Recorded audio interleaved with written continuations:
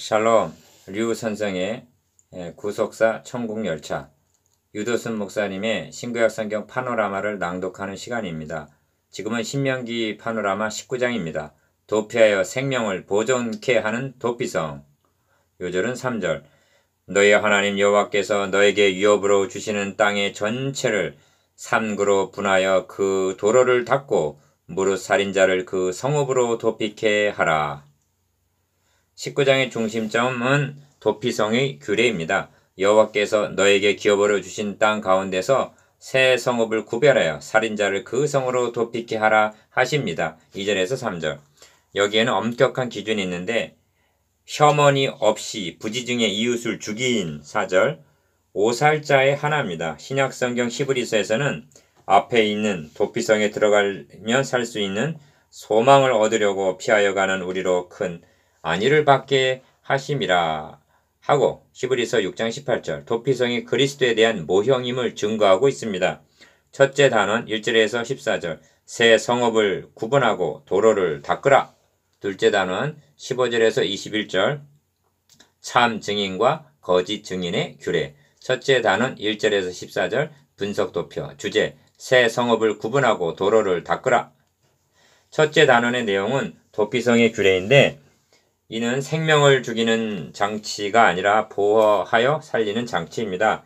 십계명이 죽이는 기능을 한다면 성막에는 살리는 대속이 있는 것과 상통합니다. 그런 도피성은 너무 멀어 피할 수가 없어도 안 되고 길이 험해 갈 수가 없어도 도움이 못 되는 것입니다. 그래서 3개나 두라 하셨고 도로를 닦으라 하시는 것입니다. 4장 41절에서 43절에는 요단 동편에도 3개의 성읍을 도피성으로 구별한 것을 상고한 바입니다. 도표를 보시면 살인자를 그 성읍으로 도피케 하라를 중심으로 1.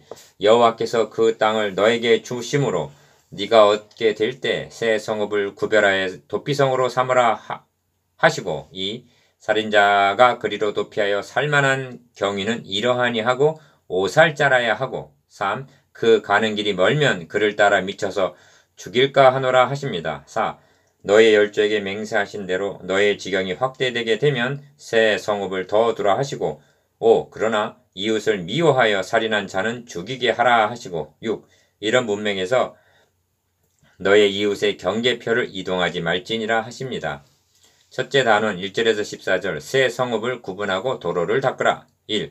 너희 하나님 여호와께서 이 열국을 멸절하시고 너희 하나님 여호와께서 그 땅을 너에게 주심으로 네가 필경 그것을 얻고 그들의 각 성읍과 각 가옥에 거할 때의 1절 기업 너희 하나님 여호와께서 너에게 기업으로 주신 땅 가운데서 새 성읍을 너를 위하여 구별하고 너희 하나님 여호와께서 너에게 유업으로 주시는 땅의 전체를 삼구로 분하여 그 도로를 닫고 무릇 살인자를 그 성읍으로 도피케 하라 하십니다. 2절에서 3절 2.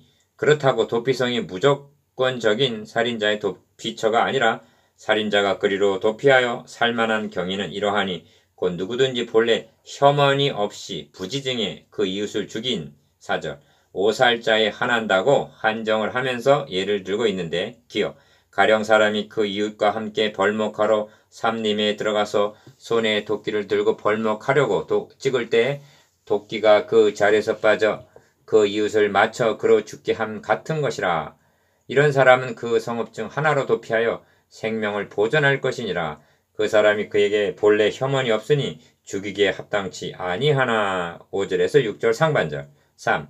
두렵건대 보수자의 마음이 뜨거워서 살인자를 따르는데 그 가는 길이 멀면 그를 따라 미쳐서 죽일까 하노라 하십니다. 6절 하반절 기억 이상 말씀 중에 도피성이 갖추어야 할 특성 2가지가 나타나는데 첫째가 그 가는 길이 너무 멀면 6절 안 된다는 것입니다. 왜냐하면 보수자가 따라 미치게 될 것이기 때문입니다. 그러므로 내가 너에게 명하기를 새 성읍을 너를 위하여 구별하라 하노라 하십니다. 7절 둘째는 찾기가 어려워도 도피성으로의 기능을 발휘할 수가 없다는 것입니다. 그래서 그 도로를 닦으라 하는 것입니다. 3절 길을 닦고 강이 있으면 다리를 놓고 갈림길에는 안내판을 설치하라는 뜻입니다. 니은 약속의 땅에 입성하여 땅을 분배한 후에 도피성을 구별한 것이 여호수아 20장에 기록이 되어 있는데 납달리의 산지 갈릴리 게데스와 나 에브라임 산지의 세겜과 다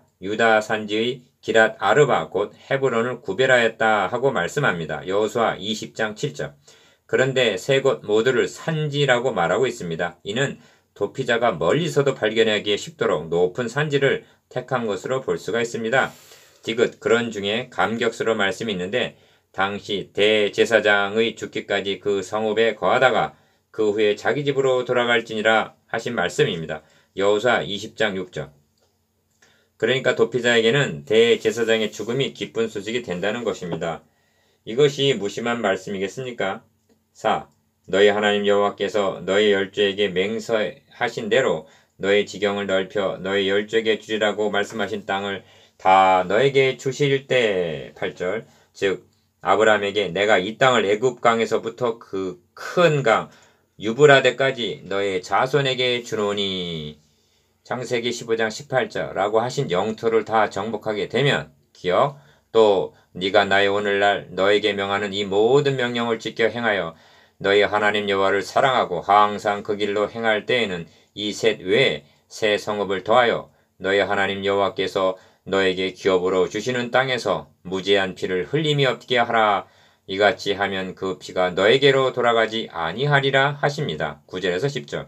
니은 이 점을 복음이 밝히 드러난 신약 성경에서는 앞에 있는 소망을 얻으려고 피하여 가는 우리로 큰 안위를 받게 하려 하심이라 하고 해설해주고 있습니다. 히브리서 6장 18절. 그리스도인들이란 앞에 있는 도피성을 향하여 전력 질주하는 사람과 같다는 것입니다. 앞에 있는 소망을 얻으려고 즉 저곳에 가면 살 수 있다는 소망을 가지고 다 피하여 가는 우리라고 말씀합니다. 뒤에서는 바로의 군사처럼 사탄이 추격해 옵니다. 그러나 감사하게도 도피성은 가까이 있고 길은 잘 닦여 있어서 염려가 없습니다. 그래서 우리로 큰 안위를 받게 하려 하심이라 하시는 것입니다. 디귿 히브리서는 도피성에 관한 소망의 안위를 하나님이 아브라함에게 약속하시고 맹세로 보증하여 주신 이 두 가지 약속과 맹세, 변치 못할 사실이라는 문맥에서 히브리서 6장 17절 18절 말씀을 하고 있습니다. 본문 8절에서도 너의 열조에게 맹세하신 대로 하고 아브라함에게 세워주신 언약에 근거하고 말씀하고 있는 것입니다. 그러므로 도피성 규례에도 동떨어진 주제가 아니라 아브라함에게 세워주신 메시아 언약과 관련이 있는 것입니다. 5. 그러나 만일 사람이 그 이웃을 미워하여 엎드려 그를 기다리다가 일어나 쳐서 그 생명을 상하여 죽게 하고 이 한 성읍으로 도피하거든 11절. 즉 증오하는 마음이 있어서 고의로 죽였을 경우 기억 그 본 성읍 장로들이 사람을 보내어 그를 거기서 잡아다가 보수자의 손에 넘겨 죽이게 할 것이라. 너의 눈이 그를 긍휼히 보지 말고 무죄한 피 흘린 죄를 이스라엘에서 제하라. 그리하면 너에게 복이 있으리라 하십니다. 12절 13절. 니은 복음은 죄를 상습적으로 범하는 자의 도피처가 아니라는 말씀입니다. 성경은 말씀합니다. 그런즉 우리가 무슨 말하리요? 은혜를 더하게 하려고 죄에 거하겠느냐? 죄를 지어도 괜찮단 말이냐? 그럴 수 없느니라. 죄에 대해서 죽은 우리가 어찌 그 가운데 더 살리요? 로마서 6장 1절에서 2절. 그런즉 어찌하리요? 우리가 법 아래 있지 아니하고 은혜 아래 있으니 죄를 지으리요? 그럴 수 없느니라 하십니다. 로마서 6장 15절. 6.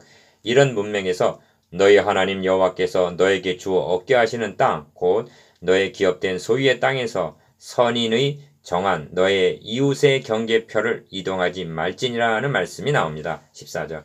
그러면 경계표와 도피성이 어떤 관련이 있는가? 기억.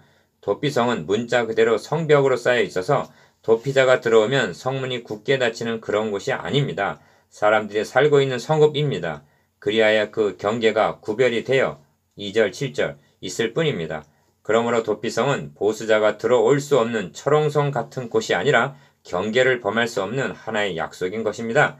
그러므로 민수기 35장에서는 살인자가 도피성 지경 밖으로 나갔다 하자 지경 밖에서 그 살인자를 만나 죽일지라도 피 흘린 죄가 없느니라 하는 것입니다. 민수기 35장 26절에서 27절. 니은 이 말씀은 신약의 성도들에게 언약 안에만이 도피성이요 생명이 보장이 된다는 점으로 적용이 됩니다. 밖으로 나가면 보장이 없습니다. 이런 맥락에서 경계표를 이동하지 말지니라는 말씀은 14절 하나님의 말씀을 가감해서는 아니 된다는 뜻으로 받을 수가 있는 것입니다. 디귿 주님은 십자가상에서 아버지여 저희를 사하여 주옵소서 자기의 하는 것을 알지 못함이니이다 하고 누가복음 23장 34절 기도하심으로 저들을 도피성으로 피하여 생명을 보존할 수 있는 오살자로 여겨 주셨습니다. 이제 도피성은 가까이 있고 내가 길이요 하고 도로는 잘 닦여 있습니다. 안내판도 설치가 되어 있습니다. 다리도 놓아 주셨습니다. 이제 구원을 얻기 위하여 달려오기만 하면 됩니다. 그런데 무엇이 문제인가? 피난처가 되시는 그리스도에게로 나오지를 않고 또한 도피성 지경 밖으로 나가는 데 있다는 점을 명심해야만 합니다. 이것이 새 성읍을 구분하고 도로를 닦으라 하는 만극하신 의미입니다. 둘째 단원 15절에서 21절 분석도표 주제 참 증인과 거짓 증인의 규례 둘째 단원의 중심점은 참 증인과 거짓 증인의 규례라 할 수가 있습니다. 본문에는 증인이라는 말이 3번, 위증이라는 말도 2번 등장합니다. 참 증인은 사건을 확정하는 데 기여하지만 거짓 증인은 무고한 자를 죽게 만듭니다. 본문은 이런 문맥으로 앞 단원의 오살자와 고살자, 이웃의 경계표를 이동하지 말라 14절이라는 말씀과 연관이 된다 할 수가 있습니다. 도표를 보시면 무릇 범한 죄를 중심으로 1. 한 증인으로만 정할 것이 아니오 2세 증인으로 확정하라 하면서 2. 만일 위증하는 자가 있으면 3. 양방이 하나님 앞에 나아가 지인이를 가려서 4. 형제에게 행하려고 꾀한 대로 행하라 합니다. 이 말씀이 당시에는 재판의 규범이지만 말씀을 맡은 자들에게는 참 증인인가 거짓 증인인가 하는 것으로 적용이 될 수가 있습니다. 둘째 단원 15절에서 21절 참 증인과 거짓 증인의 규례 사람이 아무 악이든지 무릇 범한 죄는 15절 상반절 1. 한 증인으로만 정할 것이 아니오 2 증인의 입으로나 3 증인의 입으로 그 사건을 확정할 것이며 합니다. 15절 하반절 기억 재판을 할 때 2-3 사람의 증인으로 확정하라는 것은 신구약 성경의 일관된 규범입니다. 그래서 주님은 변화산상에도 겟세마네 동산에도 2-3 증인을 대동하였고 70인을 세우사 둘씩 앞서 보내셨던 것입니다. 누가복음 10장 1절 2. 그런데 만일 위증하는 자가 있어 아무 사람이 악을 행하였다 말함이 있으면 16절 하고 참 증인이 있는 것이 아니라 거짓 증인도 있음을 말씀합니다. 3. 그 논쟁하는 양방이 같이 하나님 앞에 나아가 당시 제사장과 재판장 앞에 설 것이요 합니다. 17절 기억 재판장은 자세히 사실하여 그 증인이 위증인이라 그 형제를 거짓으로 모함한 것이 판명되거든. 18절 그가 그 형제에게 행하려고 꾀한 대로 그에게 행하여 너희 중에 악을 지하라 하십니다. 19절 니은 그리하면 그 남은 자들이 듣고 두려워하여 이후로부터는 이런 악을 너희 중에서 다시 행하지 아니하리라. 너의 눈이 궁일이 여겨 궁일이 보지 말라. 생명은 생명으로 눈은 눈으로 이는 이로 손은 손으로 발은 발론이라 하십니다. 19절에서 21절 디귿 이 규범은 언약의 백성들이 약속의 땅에 들어가서 재판할 때 실천을 해야 할 규범임이 분명합니다. 그런데 서론에서 말씀드린 대로 본 단원에는 증인이라는 말이 3번이나 등장합니다. 그렇다면 유사 이래로 가장 중대한 증언을 해야 할 증인이 누구인가를 생각하지 않을 수가 없습니다. 주님은 말씀하십니다.